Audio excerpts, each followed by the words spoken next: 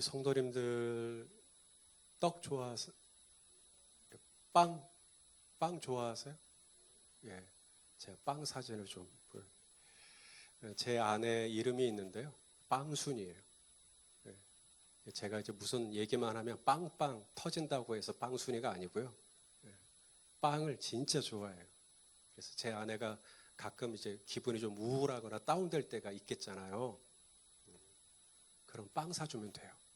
예, 아주 쉬워요. 빵을 사다 주면 제 아내가 아주 행복해합니다. 이 빵을 여러분 집에서 혹시 만들어 본 경험이 있으실까요? 빵을 만들려고 할 때 네 가지가 꼭 필요한데, 첫째는 밀가루가 있어야겠죠. 밀가루. 그리고 반죽하려면 또 뭐가 있어야 돼요? 물이 있어야겠죠.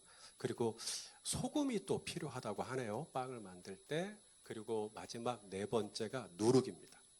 이 누룩이 들어가야 이제 빵이 이제 맛있게 부풀어 오르고, 그렇죠? 또 이 누룩이 들어가야 빵이 또 고소해지고 또 쫄깃해지고, 그래서 이 누룩이 들어가는 건데요. 우리가 일상에서 누룩이라는 단어를 잘 쓰나요? 잘 안 쓰죠. 거의 안 쓰죠. 우리나라의 경우에는 누룩 그러면 어디서 많이 쓰냐면 이제 술 만드시는 막걸리 막 이런 데서는 이제 누룩이 이제 쓰거든요. 하지만 성경에서 이 누룩이라고 할 때는 떡을 만드는데, 빵을 만드는 데 쓰는 주 원료가 이제 이 누룩입니다. 효모라고도 하고요. 영어로는 이스트 혹은 레븐 뭐 이렇게 이야기도 합니다만은, 아무쪼록 이 누룩이 그렇게 빵을 이렇게 제가 영상을 아까도 보여주려다가 좀 늦게 보여줘가지고 이 빵을 반죽하고 만드는 과정 속에서 이 누룩이 들어가면 얼마나 이게 맛있게 아주 부풀어 오르고, 또 이것들이 또 막 뜯었을 때 이렇게 착 찢어질 때 부드럽게 또 찢겨지고, 또 먹으면 또 아주 또 고소하고, 침 넘어가시죠. 이렇게 또 빵을 만들어 주는 데 있어서는 너무나 좋은 게 이 누룩이에요. 그래서 누룩이라는 게 참 좋은 건데, 오늘 예수님은 이 누룩에 대해서 뭐라고 말씀하시냐면 누룩을 조심해라, 누룩을 주의해라, 이렇게 말씀하시거든요. 자, 한번 말씀을 좀 읽겠습니다. 오늘 본문 15절 시작. 예수께서 경고하여 이르시되 삼가 바리새인들의 누룩과 헤롯의 누룩을 주의해라. 이 주의해라, 이게 프레스코라는 단어인데, 이게 뭐냐면 빼라, 그 누룩을 넣지 마라 라는 이야기입니다. 그래서 저와 여러분 안에 이 누룩이 있을 수 있다는 거죠. 우리는 자꾸 누룩을 넣고 싶어 해요. 세상은 누룩을 자꾸 넣어요. 왜냐하면 훨씬 더 맛있고, 훨씬 더 멋지고, 훨씬 더 폼나 보이고, 훨씬 더 그럴듯해 보이고, 그래서 자꾸 누룩을 넣어요. 그런데 예수님은 저와 여러분에게 이 세상에 살아갈 때, 믿음 생활하려고 할 때 누룩을 넣어라 빼라, 누룩을 넣지 마라, 누룩을 조심해라 라고 말씀하십니다. 유대인들에게 있어서 가장 큰 명절 중에 하나가 이제 유월절이라는 명절이 있어요. 이 유월절이 되면 연초에 이제 막 전국에서 흩어졌던 유대인들이 이제 예루살렘으로 다 모입니다. 그래서 엄청난 축제가 벌어지는 건데요. 이 유월절, 우리는 명절이면 이제 맛있는 거 먹잖아요. 근데 유대인들은 이 유월절길 때 진짜 맛없는 무교병을 먹습니다. 떡병자. 그래서 이 무교병이 뭐냐면 무효병이라고도 하거든요. 효모가 들어가 있지 않다, 이스트가 들어가 있지 않다, 누룩이 빠진 빵입니다. 그러니까 누룩이 빠졌기 때문에 보시다시피 그냥 눌려 있죠. 부풀어 오르지도 않고 맛있어 보이지도 않고. 근데 이걸 언제까지 먹냐면 일주일을 먹어요. 일주일. 이 절기가 일주일 동안 축제인데, 그 축제에 이 무교병을 먹도록 하나님이 명령을 하셨습니다. 자, 민수기 28장 16절 17절 시작.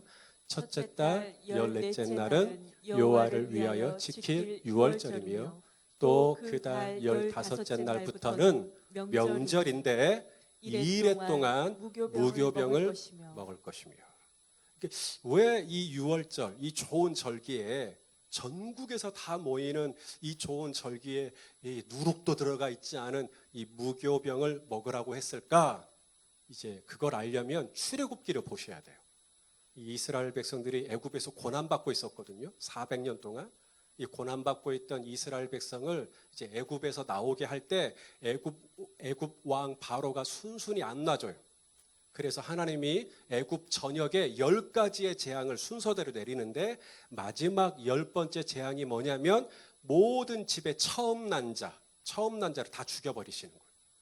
그래서 이 죽음의 사자가 애굽이라고 하는 곳을 이렇게 지나갈 때 유월이 뭐냐면 패스 오버, 넘어간다는 거거든요. 넘어가는 집이 있는데 어린 양의 피를 문설주에 바른 집은 넘어가요. 그래서 유월.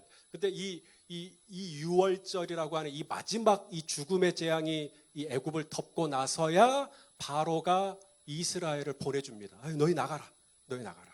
그래서 이 빨리 나가야 돼요. 애굽을 빨리 탈출해야 된단 말이죠. 그러니까 누룩을 넣고 이것이 부풀어 오르고 막 이럴 시간이 없어요. 기다릴 시간이.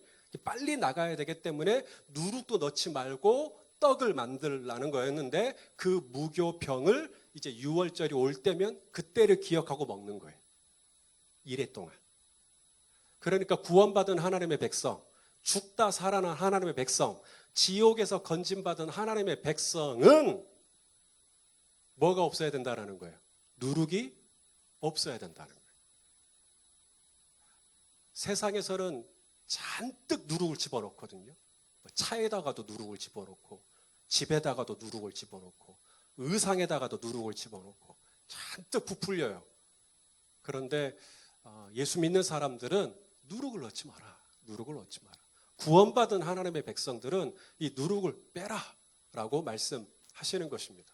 오늘 예수님께서 이 제자들에게 이제 누룩을 조심해라 그랬거든요. 여러분, 이 누룩이 우리 안에 들어오면 어떤 일이 일어나는가 제자들을 보면 알 수가 있어요. 예수님이 누룩을 조심해라 그러니까 제자들은 아주 1차원적인 사람이거든요. 그러니까 누룩을 조심해라 그러니까 누룩은 떡을 만드는 데 쓰는 원료니까 우리가 대가볼리에서 4,000명 먹이고 남은 떡을 안 가져온 걸 가지고 얘기하시는가 보다라고 생각을 하는 거예요. 왜냐하면 누룩이라고 했으니까. 그걸 떡으로만 생각을 하는 거죠. 우리가 성경을 읽을 때 문자적으로만 읽으시는 분들이 계시거든요. 그렇게 되면 이게 참 좋을 수도 있지만 안 좋을 수도 있습니다. 예수님은 누룩이라고 말씀했지만 여기에는 영적인 의미가 있는 거거든요. 그런데 제자들은 이 누룩의 의미를 그냥 문자적으로만 내가 이 4,000명을 먹였던 그 남은 떡을 가져오지 않은 걸 가지고 지금 예수님이 지금 뭐라고 하시는가 보다. 아니요. 자, 우리 말씀을 오늘 본문 16절, 17절. 자, 같이 한번 읽겠습니다. 시작. 제자들이 서로 수군거리기를 이는 우리에게 떡이 없음이로다 하거늘 예수께서 아시고 이르시되 너희가 어찌 떡이 없음으로 수군거리느냐 아직도 알지 못하며 자기 누룩이 들어간 겁니다. 누룩이 들어가니까 아직도 알지 못하며 그 다음에 아직도 깨닫지 못하느냐 그 다음에 아직도 너희 마음이 둔하냐 이 세 가지. 누룩이 들어간 거예요. 누룩이 들어가면 이런 증상이 나타나는 거죠. 어떤 증상? 알지 못해요. 여기서 이 알지 못한다라는 말이 원어로 뭐냐면 인식을 못해요. 인식을. 저도 휴대폰이 있습니다만은 휴대폰을 열 때 이제 제 얼굴을 인식을 하고 휴대폰이 착 열리거든요. 가끔 제 딸이 제 걸 할 때 인식이 돼버리는 수가 있어요. 저랑 닮아가지고. 근데 보통 이제 인식이 안 좋으면 제 얼굴을 보였는데도 휴대폰이 못 알아보고 문이 안 열리면 이제 큰일 나는 거죠. 공항을 가게 되면 검색대를 지나가야 되거든요. 거기에 이제 인식을 해요. 금속이라든가 그 비행기에 탑승할 때 가지고 가지 말아야 될 품목이 있는지 없는지를 인식을 해야 되거든요. 엠마오로 가는 두 제자가 예수님이 옆에 있었는데 인식을 했어요, 못했어요? 못하죠. 왜? 누룩이 들어가 있어요.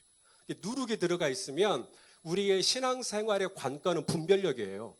예수님이 옆에 있고 예수님이 나와 함께 하시고, 근데 이것에 대한 감각이 둔해지는 거죠. 누룩이 들어가니까.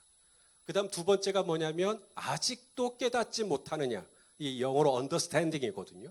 하나님이 나를 위해서 어떤 일들을 행하시는데 거기에 대한 이해가 없어요. 이해를 못해요. 아직도. 그거 하나님이 하신 거거든요. 그런데 아직도 팔자를 탓하거나 누구를 탓하거나 계속 아직도 깨닫지 못하시는구나. 이거 정말 주님이 지금 하시는 건데 모르시는구나. 누룩이 들어가면 그렇게 죄송합니다. 멍청해집니다. 신앙생활이, 믿음 생활이. 그래서 하나님에 대한 감각이 둔해져요. 마지막이 뭐냐면 마음이 둔해진다. 아직도 마음이 둔하냐. 이게 원어로는 딱딱해지는 겁니다. 딱딱해지고 아주 그냥 굳은 살 베기듯이 그렇게 그냥 마음이 깡깡하게 그냥 단단하게 굳어져 버리는. 이게 누룩이 들어가면 이게 떡에 밀가루에 누룩이 들어가면 부드럽게 되는데요. 우리의 신앙에 누룩이 들어가면 딱딱하게 됩니다. 마음이 딱딱해지고 굳어지고 아주 그렇게 되죠. 그러니까 누룩을 조심하라는 거예요. 그러니까 누룩을 주의하라는 거예요. 그러니까 누룩을 프레스코, 이게 뭐예요? 빼내라는 거예요. 누룩을 제거하라는 거예요. 누룩을 넣지 말라는 거예요. 누룩이 들어가면 알지 못하고, 누룩이 들어가면 깨닫지 못하고, 누룩이 들어가면 마음이 굳어지니까. 그래서 조심하라는 거예요. 성경에서 누룩이라고 할 때 이 누룩이 다 나쁜 의미로만 쓰이지는 않았어요. 예수님께서 이 누룩을 하나님 나라를 비유할 때 누룩을 또 비유로 또 쓰시기도 해요. 자, 마태복음 13장 33절 또 읽겠습니다. 시작. 또 비유로 말씀하시되 천국, 하나님 나라죠. 천국이니까 하나님의 나라는 마치 여자가 가루 서말 속에 갖다 넣어 전부 부풀게 한 누룩과 같으니. 누룩이 들어가면 이 조그만한 이 반죽이 부풀려지잖아요. 하나님 나라의 생명력, 하나님 나라의 확장력, 하나님 나라의 번성, 이걸 지금 비유로 할 때도 누룩을 사용을 하셔요. 딱 한 번 요때만 좋은 의미로 누룩을 쓰시고요. 나머지 성경에서 나오는 모든 누룩의 비유는 안 좋은 겁니다. 오늘 본문에서도 예수님이 이제 바리새인과 헤롯의 누룩을 조심해라. 그런데요, 오늘 본문과 평행 본문인 마태복음으로 가면 마태복음에서는 바리새인과 헤롯이 아니라 바리새인과 사두개인의 누룩을 조심해라 그래요. 그러면 어느 것이 맞을까요? 마태가 맞다 1번, 마가가 맞다 2번. 예, 이렇게 하면 이제 헛갈리시는 거죠. 왜 같은 말씀인데 마태는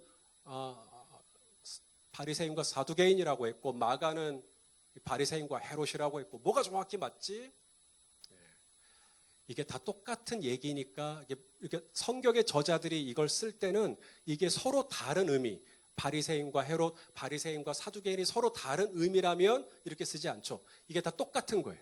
바리새인과 사두개인과 헤롯의 누룩이 전부 다 공통된 똑같은 의미를 가지고 있는 겁니다. 그래서 그렇게 섞은 거지. 그것이 정확히 이렇게 말한 게 맞냐, 저렇게 말한 게 맞냐, 이렇게 문자적으로 따지고 들면 이제 신앙생활이 어려워지는 거죠. 자, 그러면 바리새인, 사두개인, 헤롯 이 세 누룩이 어떤 공통점이 있나? 자, 이것을 이제 하나씩 이제 알아보도록 하겠습니다. 자, 마가복음에서는요, 바리새인과 헤롯의 누룩을 조심해라 해놓고 그 누룩이 정확히 뭘 의미하는지가 해석이 안 돼 있어요. 근데 마태복음은요, 바리새인과 사두개인들의 누룩을 조심해라 해놓고 이 누룩이 그들의 교훈과 관련이 되어 있다고 성경이 성경을 풀어줍니다. 여러분, 성경이 성경을 풀어준 것만 받으셔야 돼요. 사람이 인위적으로 푼 걸 은유적으로, 신천지는 그런 거 많이 하죠. 그래서 이단이 되는 겁니다. 조심하셔야 돼요. 사사로이 성경을 풀면 안 되거든요. 자, 마태복음 16장 11절 12절 우리 한번 읽어보겠습니다. 시작.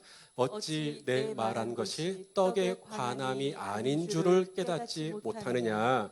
오직 바리새인과 사두개인들의 누룩을 주의하라 하시니 그제서야 제자들이 떡의 누룩이 아니라 바리새인과 사두개인들의 교훈을 삼가라고 말씀하신 줄을 깨달으니라. 그러니까 우리가 조심해야 할 누룩이 뭐예요? 바로 바리새인과 사두개인들의 가르침을 조심해야 돼요. 이 바리새인과 사두개인들은 영적인 지도자죠. 저 같은 성직자예요. 종교 지도자들이에요. 그래서 그들은 백성들에게, 사람들에게 말씀을 가르쳐요. 그들의 교훈을 들으면 너무 좋아요. 그들의 가르침은 틀린 말이 하나도 없어요. 그런데 조심하래요.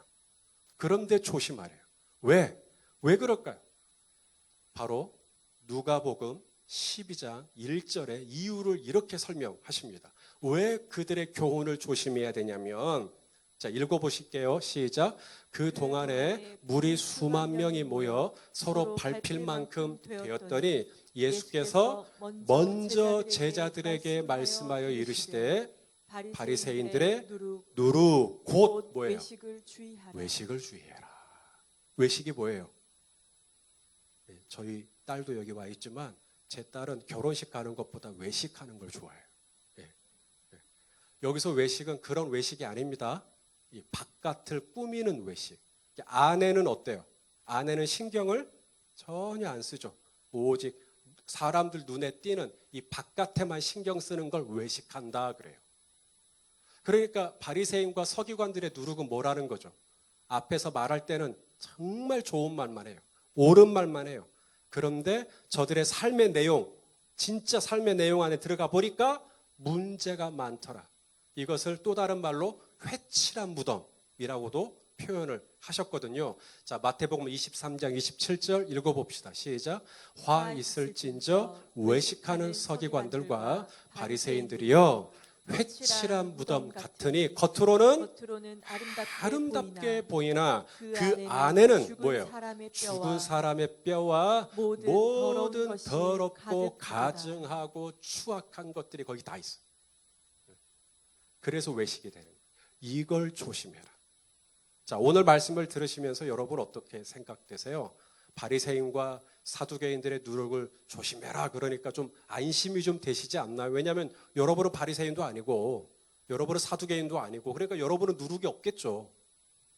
여러분은 헤롯도 아니고 또 여러분은 무슨 지도자, 영적인 지도자여서 여러분이 뭐 말씀을 가르치거나 교훈하거나 뭐 그런 입장도 아니니 오늘 말씀은 여러분이 들을 필요가 없는 말씀이겠죠. 여러분, 이 바리새인과 헤롯의 누룩을 주의하라는 이 메시지를 예수님이 바리새인하고 헤롯에게 하고 있지 않고 누구에게 하고 있어요? 제자들이요. 바리새인과 사두개인들의 누룩을 조심해라 라고 하는 얘기를 바리새인과 사두개인들에게 하는 게 아니라 제자들에게 하고 있는 겁니다. 그러니까 제자들이 누구예요? 예수님을 위해서 배를 버리고 예수님을 위해서 그물을 버리고 헌신된 사람입니다. 예수님을 따르고 예수님을 기쁘시게 하기를 원하고 예수님이 원하시는 삶을 살아보려고 하고 그렇게 몸부림을 치는 진짜 믿음이 좋으신 분들인데 예수님이 그런 제자들에게 뭐라 그랬냐면 누룩을 조심해라. 내가 예수님을 위해서 이렇게 헌신됐고 내가 예수님을 위해서 이렇게 믿음이 좋다고 해서 저와 여러분 안에 바리새인과 사두개인과 헤롯과 같은 누룩이 없으리라 보장할 수가 있어요, 없어요? 없어요. 그러니까 조심하라는 거예요. 순간 그 누룩이 훅 하고 들어갑니다. 순간 그 조그마한 누룩이 반죽에 들어가니까 반죽이 확 변해버리잖아요. 이 밀가루가 변해버리잖아요. 마찬가지로 이 누룩이 저와 여러분의 신앙 안에 들어오면 이 믿음이 변형돼 버립니다. 믿음이 변질돼 버려요. 어떻게 변질된다고요? 아직도 알지 못하며. 예수님이 와도 지금 예수님이 지금 내 옆에 있는데 지금 그래도 조실 수 있죠. 예수님이 내 옆에 있지만. 예수님이 내 옆에 있는데 그걸 전혀 인식을 못하고 깨닫지도 못하고 예수님이 하신 일이었는데 그저 그냥 환경만 탓하고 가정만 탓하고 그냥 재수가 없다 막 이런 얘기만 하고 깨닫지 못하고 마음이 그냥 깡깡해가지고 왜? 누룩이 들어가 있는 겁니다. 누룩이. 인도에 가면요 꼭 가보셔야 할 곳 중에 하나가 타지마할이라고 사람들이 추천을 많이 합니다. 저도 가봤는데요. 이 타지마할이 정말 멋있어요. 으리으리하게. 사람 사는 궁전이 아닙니다. 타지마할은 무덤입니다. 타지마할에 들어갈 때는 사람들이 다 신발을 벗어요. 그래서 무슨 경건한 어떤 성전에 들어가는 것 같은, 성역에 들어가는 것 같은, 근데 그게 아니고요. 그 신발을 벗고 밑으로 내려가면 결국은 무덤입니다. 시체가 거기 있어요. 회칠한 무덤이죠. 겉은 대리석이에요. 그래서 특별히 아침 햇살 받을 때 혹은 저녁에 이 노을, 석양의 빛을 받을 때 아주 번쩍번쩍 빛납니다. 황금빛이 나요. 그래서 막 우와 막 사람들이 감탄을 하거든요. 세계 7대 불가사의 건축물 중에 하나입니다. 항상 불가사의한 것은 항상 7대예요. 8대, 9대는 없어요. 항상 무조건 7대야. 아무쪼록 그래서 그렇게 뭐가 대단한 게 뭐가 있어 보여. 겉으로는 뭔가 대단히 뭐가 있을 것 같아요. 안에 들어가면 시체라니까요. 회칠한 무덤. 이게 누룩이 들어가니까 그렇게 되는 거예요. 이 교회에서의 모습과 교회 나가서의 모습이 똑같아야 되잖아요. 그런데 이게 달라져요. 이게 누룩이 들어가면 이 강단에서는 이렇게 멋있게 좋은 말로 아주 다정하게 얘기하는데 집에만 가면 막 아내한테 막 화를 내고 툴툴대고 삐딱하게 나오고 그러면은 이게 뭐죠? 이게 바로 누룩이 들어간 겁니다. 누룩이 들어가니까 겉과 속이 달라지는 거예요. 메시지와 삶의 내용이 달라지는 것이죠. 하나님께서 이 다윗을 참 좋아하셨거든요. 내가 이새의 아들 다윗을 만나니 내 마음에 합하다. 내 마음에 쏙 든다. Amen. After my own heart. 이게 뭐냐면 내 마음하고 좀 닮았다 이 얘기거든요. 다윗이 나랑 많이 닮았네. 뭐 어떤 게 닮았다는 얘기인가 그 다음 보겠습니다. 다윗이 이런 부분이 닮았다는 거예요. 시편 78편 71절 72절 읽겠습니다. 시작. 전 양을 지키는 중에서 그들을 이끌어내사 그의 백성인 야곱 그의 소유인 이스라엘이라는 나라를 예수님 하나님께서 다윗에게 다스리게 했어요. 이스라엘을 다스리는 것 지도자죠. 지도자.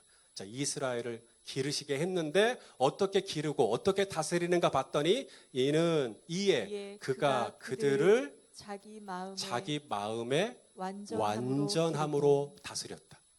마음의 완전함. 이게 영어로 인테그리티인데요. 사전으로 찾아보시면 그렇게 돼 있어요. 겉과 속이 일치함. 우리 사자성어 중에 표리부동. 겉과 속이 다른 거죠. 근데 다윗은 이게 겉과 속이 똑같아요. 그래서 요나단에게 다윗이 맹세하거든요. 정말 어려울 때 요나단이 도와주니까 요나단하고 언약을 맺으면서 내가 너와 내 후손을 내가 책임지겠다. 그리고 나중에 요나단의 아들 무비보셋이 쩔뚝쩔뚝 두 다리가 아주 썽썽하지 못한 채로 와요. 장애를 가지고. 근데 다윗이 끝까지 이 무비보셋을 자기 아들들이 있는데 왕자의 지위로 무비보셋을 자기 옆에 앉혀놓고 같이 밥 먹고 끝까지 책임집니다. 그래서 이 다윗은 말과 행동이 다른 게 아니라 말을 했으면 그대로 하려고 하는. 그래서 하나님이 다윗을 보고 내 마음 좋다고. 그러니까 하나님은 저와 여러분이 다윗과 같기를 원하시는 거죠. 바리새인과 헤롯의 누룩, 바리새인과 사두개인의 누룩은 왜 조심해야 돼요? 그것이 나로 하여금 이 교회 안에서의 모습과 직장에서의 모습, 교회 안에서의 모습과 또 사업할 때의 모습이 달라지지 않도록. 근데 누룩이 들어가면 이 교회에서의 모습하고 이게 달라져요. 그렇게 구별된 삶, 다른 삶, 그런 삶을 살게 되면 우리의 이 믿음이, 이 신앙이 아직도 알지 못하고 아직도 깨닫지 못하고 아직도 마음이 둔해지는 상태가 돼버리는 겁니다. 그래서 우리가 제거해야 할 첫 번째 누룩, 그것은 소금이 아니라 외식입니다. 외식하는 것. 사람들 앞에서만 신앙생활하고 사람들 보지 않으면 그냥 대충 하려고 하고 그런 거. 이런 것들이 제 안에 들어와요. 제가 왜 설교가 목소리가 작은지 아시겠죠? 제가 자신이 없어요. 제가 이 부분에 떳떳하지를 못해요. 제가 이 여러분 앞에서 보여주는 이 모습이 저의 가정에서의 모습이면 얼마나 좋겠습니까? 근데 제가 여기서는 이렇게 멋있지만 또 제 아내한테 상처를 되게 많이 주거든요. 아내한테 말을 막 함부로 한다든지, 우리 애들한테 막 화나게 막 한다든지. 그래갖고 제가 우리 아이들에게 미안해 아빠가 라고 할 때가 얼마나 많은지 몰라요. 외식하는 것이죠. 그런 누룩이 들어와요. 교회에서의 이 신실했던 모습이 그대로 운전할 때도 드러나면 좀 좋겠는데 갑자기 뭐가 훅 들어오면은 이게 옛사람이 살아나 버리죠. 자, 우리가 또 버려야 될 두 번째 누룩이 있습니다. 그게 뭐냐면 악이에요. 악이. 오늘 이 바리새인과 헤롯의 누룩이 뭐냐면 예수님께 악의를 가지고 있어요. 예수님께 늘 화가 나 있어요, 이분들은. 왜냐하면 예수님을 사람들이 너무 좋아하거든요. 예수님을 사람들이 좋아하는 게 막 질투가 나는 거예요. 그래가지고 바리새인하고 헤롯이 예수님을 죽이려고 합니다. 언제부터 죽이려고 하느냐? 나중에 예수님을 죽이려고 하는 게 아니고요. 우리가 지금 마가복음 8장을 봤죠. 마가복음 3장에서 이미 저들은 예수님을 죽이려고 공모를 합니다. 자, 마가복음 3장 6절 읽어보겠습니다. 시작. 바리새인들이 나가서 곧 헤롯 당과 함께 어떻게 하여 예수를 죽일까 의논하니라. 하여간 이렇게 예수님이 너무 미워요. 예수님 너무 싫어요. 저와 여러분 안에 그런 누군가를 막 미워하는 이 마음이 누룩이거든요. 누군가를 증오하는 거, 그냥 막 아직도 화가 막 나 있는 거, 악의가 들어와 있는 거. 이런 게 들어와 있으면 우리의 신앙이 제대로 될 수가 없겠죠. 오늘 본문이 시작되는 11절을 보시면 바리새인들이 와서 예수님을 힐난합니다. 그리고 예수님을 시험해요. 우리 한번 11절 말씀 한번 읽어볼까요? 시작. 바리새인들이 나와서 예수를 힐난하며 그를 시험하여 하늘로부터 오는 표적을 구하거늘. 여러분, 힐난한다라는 게 뭐냐면 책 잡는 거거든요. 예수님이 뭔가를 잘못한 것을 딱 잡아내는 거예요. 근데 예수님이 2절에 무슨 일을 하셨죠? 우리 마가복음 11장 전에 1절부터 10절까지 우리 연속으로 2주 동안 말씀 봤잖아요. 예수님이 대가볼리 광야에서, 그쵸? 배가 고픈 무리들, 그래서 기진맥진한 이 무리들, 가지고 있는 건 떡이 7개, 작은 생선 2어마리밖에 없는 이 가난한 사람들, 이 배고픈 사람들, 예수님이 배불리 먹이셨어요. 그죠? 배불리 먹이고 얼마나 남았다 그랬어요? 7 광주리가. 그 잘한 거예요, 못한 거예요? 잘한 거죠. 좋은 일이죠. 그런데도 바리새인들은 11절에 보니까 예수님께 나와서 뭐하죠? 힐난합니다. 왜? 악이라고 하는 이게 들어와 있는 거예요. 그러니까 아무리 선한 일을 해도, 아무리 좋은 일을 해도 꼭 트집을 잡아요. 힐난이라는 이 단어가 사전을 보면 트집 잡는 거예요. 뭐든 햇빛이 쨍쨍하면 우산이 안 팔린다고 꼬라지를 내고, 또 비가 이렇게 퍼부으면 또 집신 안 팔린다고 꼬라지를 내고, 뭘 해도 항상 화가 나 있고요. 항상 밉고요. 항상 이렇게 악의에, 제가 왜 악의에 찼다라고 하냐면 그게 제 얘기가 아니라 사도 바울이 고린도 교회에 보낸 편지에 이 누룩을 악이라고 비유를 하셨어요. 그래서 제가 악이라고 하는 거예요. 자, 고린도전서 5장 8절 말씀을 한번 읽어보겠습니다. 시작.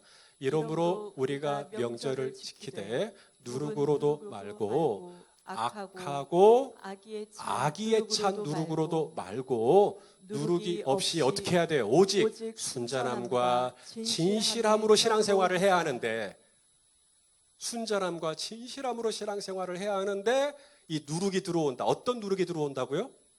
악의. 이게 화가 나 있는 거예요. 맨날 꼬라지 부리고 불평하고. 가끔 저희 아이들이 입술이 정말 이쁜데 이렇게 될 때가 있어요. 여러분도 혹시 보신 적 있어요? 이게 보톡스 맞아갖고 이게 근데 이게 보톡스가 아니에요. 이게 누룩이 들어가 있는 거예요. 악이라고 하는 이 누룩이 들어와 있으면 항상 입술이 4,000명을 먹여도 그렇게 좋은 일이 있는데도 항상 그러니 아직도 알지 못하며 아직도 깨닫지 못하며 아직도 마음이 딱딱해져 있는 거예요. 오늘 이렇게 설교할게요. 그냥 이렇게 돼 있는 거예요. 이런 누룩이 우리 안에 들어올 수 있어요, 없어요? 있다는 거예요. 그러니까 조심하라는 거예요.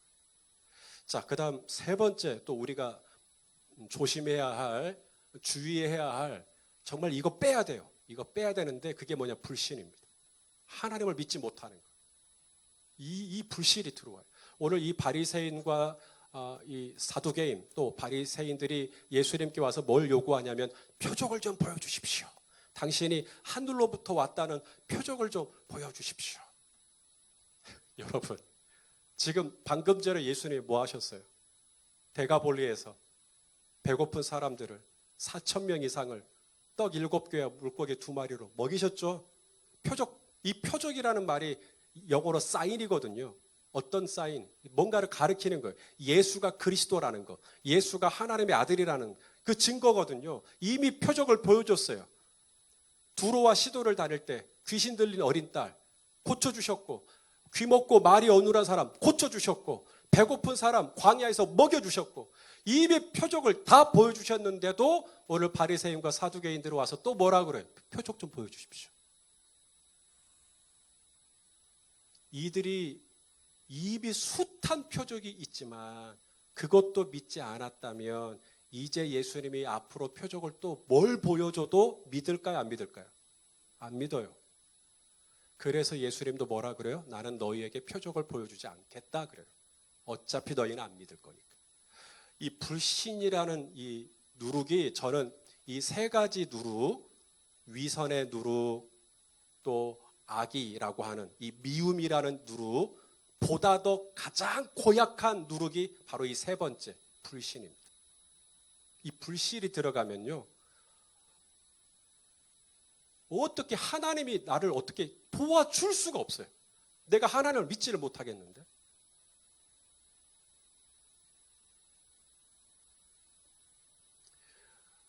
고대 그리스의 3대 철학자 중에 한 사람, 아리스토텔레스, 그를 일컬어져서 수사학의 아버지라고 그래요.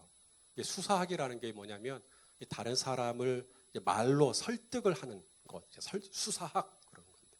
아리스토텔레스는 철학자니까 자신이 가지고 있는 어떤 사고와 개념을 누군가에게 이제 말로 전달하는 걸 연구를 했는데, 이 아리스토텔레스가 했던 것 중에 하나가 뭐냐면 설득의 세 가지 요소가 있다. 누군가에게 어떤 설득을 하려고 할 때 이 세 가지가 꼭 필요하더라는 거예요. 첫째가 로고스입니다. 로고스란 이제 내가 무슨 말을 할 것인가.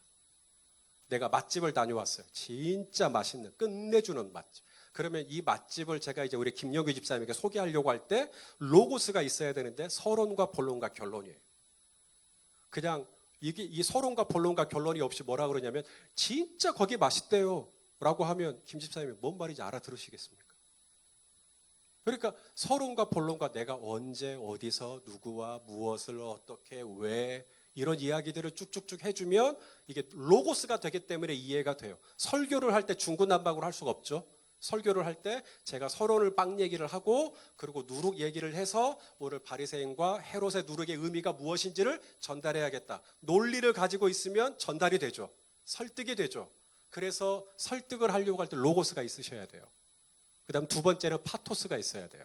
파토스는 열정입니다. 이게 말하는 사람이 진짜 맛있는 맛집이에요. 진짜 재밌는 영화예요. 진짜 은혜로운 책을 읽었어요. 예를 들어서 뭐 요런 책 같은 거, 이런 책을 읽고 나서 너무 좋은 거예요. 그랬을 때 누군가에게 이제 소개를 하려고 할 때 뭐가 있어야 되냐면 열정이 있으셔야 돼요. 막 침이 막 튀겨야 돼요. 그런데 막 진짜 재미없게, 재밌더라, 볼만하더라. 그러면 누가 봐요 그걸? 그러니까 누군가에게 설득을 하려고 할 때 아리스토텔레스가 생각을 해보니까 먼저 논리, 전개가 잘 돼야 되겠고, 두 번째는 전개만 좋다고 되는 게 아니라 거기에 열정이 들어가야겠더라. 말하는 자의 이 확신, 이게 이 열정은 확신에서 와요. 제가 지금 말하고자 하는 것에 대한 확신이 있기 때문에 제가 이걸 힘있게 얘기하는 거거든요. 확신. 그리고 그 확신이 전달되면 설득이 돼요. 아, 그게 그런 거구나. 세 번째가 있는데요. 아리스토텔레스는 철학자로서 이 누군가에게 계속해서 자신의 주장이나 의견이나 생각을 전달하는 걸 연구한 사람인데 이 세 번째가 제일 중요한데 에토스입니다. 이 에토스가 뭐냐면 내 앞에 있는 사람과 나와 신뢰관계입니다. 이 신뢰가 깨져 있잖아요. 로고스는 너무 기가 막혀요. 전개는 기가 막혀요. 내 말하고자 하는 내용과 그것을 기술하는 방법이나 순서나 그리고 열정도 있어요. 막 울리기도 하고 웃기기도 하고 사람을 들었다 놨다 하고 그런데 결정적으로 나는 그분을 신뢰하지 않아요. 그러면 들려요 안 들려요? 제 아무리 천사 같은 논리라도 제 아무리 추상 같은 열정이라도 마음이 다칩니다. 신뢰하지 않기 때문에. 저분은 다 구라야. 신뢰하지 않는. 예수님이 4,000명을 먹여도 구라가 되는 거고요. 예수님이 귀신 들린 딸을 고쳐도 구라가 되는 거고요. 예수님이 말이 귀가 먹고 말이 어눌한 사람 고쳐도 구라가 돼요. 왜요? 에토스가 깨졌어요. 그러니 그 누룩이 들어가는 순간 아주 지독한 일이 일어나는데 아직도 알지 못하며 아직도 깨닫지 못하며 아직도 마음이 둔해지는 거예요. 그러니 고약한 거예요. 자, 이 누룩을 우리가 넣고 싶다고 넣어요? 우리가 신앙생활 하는 중에 나 위선이라는 누룩 넣어야지. 나 악이라고 하는 누룩을 그런 사람 어디 있어요? 우리 중에 누룩을 넣고 싶어하는 사람 아무도 없어요. 그런데 어느 순간 누룩이 들어와 버리죠. 왜요? 이 악한 원수들이 있어요. 보이지 않지만 이 영적인 원수들이 밤중에 와가지고 이 누룩을 쓱 집어넣어요. 자, 마태복음 13장 24절 25절 이제 설교 마무리입니다. 시작. 예수께서 그들 앞에 또 비유를 들어 이르시되 하나님의 나라는 좋은 씨를 제 밭은 마음입니다. 이 좋은 마음 밭에다가 뿌린 사람과 같으니 사람들이 잘 때 그 원수가 와요. 잘 때 원수가 와갖고 곡식 가운데 믿음의 이 말씀과 기도와 찬양과 예배와 성도 간의 교제와 막 이렇게 하고 있는데 그 가운데다가 뭘 집어넣어요? 가라지를 덧뿌리고 누룩을 집어넣어 버려요. 그래서 순간 이 누룩이 들어오는 겁니다. 뭐라고요? 사람 없어 오늘. 너 보는 사람 없다고. 여기서 너 아는 사람 아무도 없어. 그냥 밟아 오늘. 오늘 확 한번 밟아. 나만 그런 거 아니야. 너만 그런 거 아니야. 다 그렇게 살아. 괜찮아. 그렇게 이 순간 이 누룩이 들어오면 그렇게 위선적인, 가식적인 외식이라고 하는. 그래서 이 강단에서의 삶과 강단 아래의 삶이 분리가 되는. 계속 그렇게 살아가다 보면 어떻게 돼요? 알지 못하고 깨닫지 못하고 마음이 깡깡하게 마치 동맥경화, 혈관이 굳어지는 것처럼 이 믿음이 점점점 굳어져가지고 그렇게 되는 거예요. 그 다음 또 이 누룩이 들어오면 어떤 누룩이 들어온다고요? 바로 이 악이, 서운함, 섭섭함, 꼬라지, 불평, 원망, 탓 계속 뭐만 하면 힐난. 맛있게 요리를 해도 힐난. 아내가 정말 예쁘게 옷을 입었으면 당신 오늘 정말 예쁘다 해주면 좋은데 또 힐난. 근데 이건 뭐야? 그렇게 하면은 안 된다는 거예요. 정말 잘했다. 4,000명을 먹이셨군요. 잘하셨어요. 귀신 들린 딸을 고치셨군요. 잘하셨어요. 잘한 건 잘했다. 좋은 건 좋다. 근데 계속 트집을 잡으려고 하는 이것을 쑥 집어넣습니다. 그러면 계속 아린이 입술 나와 있어요. 계속 뭐든지 안 좋아요. 이 공동체도 마음에 안 들고 우리 목장도 마음에 안 들고 목사님도 마음에 안 들고 다 그냥 마음에 안 들고 마지막 가라지를 쑥 뿌리고 가는데 그게 뭐냐면 하나님을 더 이상 신뢰를 못해요. 이게 가장 고약한 코로나19에 우리의 가장 위태로운 게 뭐냐면 이 믿음이에요. 믿음. 정말 하나님이 살아계시다면 우리가 받은 증거 많아요. 받은 증거 많아요. 예수 믿는 것은 그냥 부모님이 믿으라고 해서 믿은 게 아니라 받은 증거가 내 삶에 있단 말이죠. 귀신 들린 어린 딸이 나음을 입었고, 귀 먹고 말이 어눌한 사람이 나음을 입었고, 광야에서 7병2호로 기적을 경험했고, 분명히 내가 이전에 받았던 은혜가 분명히 있는데 이 불신이라는 누룩이 순간 들어오면 이거 다 잊어버리고 뭐라 그래요? 또 표적 보여달라 그래요. 안 믿어요. 불안하죠. 염려가 되죠. 근심이 되죠. 그렇게 내 마음이 굳어지는 겁니다. 그러면 예수님이 내 옆에 왔지만 알아보지 못했던 엠마오 제자들처럼 하나님이 하신 일인데도 아직도 나는 그게 사람 때문에 그 일이 일어난 줄로 알고 사람만 탓하고 뭐 재수가 없네, 팔자가 어떠네 이런 얘기만 하고 마지막에 뭐예요? 신뢰가 안 되니까 내 마음이 근심과 염려로 가득 차게 되는 거죠. 분명히 받은 증거가 많았는데 사랑하시는 여러분, 오늘 이 얘기를 바리새인이나 사두개인이나 헤로데게 하고 있는 게 아니라 제자들에게 사람들 발이 밟힐 만큼 무리가 가득 모였는데 예수님이 먼저 제자들에게 이르시되 바리새인들의 누룩을 주의하라 곧 외식이라고. 먼저 제자된 저와 여러분에게 주님이 꼭 하시고 싶은 얘기가 있다면 바로 이 누룩이 저와 여러분 안에 원수들이 잠자는 사이에 후 하고 뿌리고 갈 수 있다는 겁니다. 오늘 말씀을 들으면서 여러분 이 누룩을 제거하려면요, 일단 내 안에 누룩이 있다라는 것을 발견할 수 있는 눈이 열리셔야 돼요. 그래서 오늘 이 진리의 말씀이 저와 여러분에게 선포될 때 그 누룩이 내 안에 들어왔구나. 이것만 알아도 그 누룩을 보이면 제거할 수 있으니까. 근데 이게 모르면 계속 가는 거고요. 사랑하시는 성도 여러분, 정말 우리 주님이 저와 여러분이 순전함과 진실함과 깨끗함으로 믿음 생활하기를 원하시는데 우리 안에 순간순간 또 이 누룩들이 들어와가지고 그냥 교회에서의 모습과는 좀 다르게 살게 만들어버리고 또 순간 들어와가지고 또 꼬라지가 나게 만들고 또 순간 들어와가지고 예수님의 말씀을 신뢰하지 못하도록 만들어버리는 사랑하시는 여러분, 이 누룩을 나사렛 예수 그리스도의 이름으로 다 뽑아내시고 제거하시고 깨끗함과 진실함으로 신앙생활을 회복하는 저와 여러분 모두가 되시기를 예수님의 이름으로 축원합니다.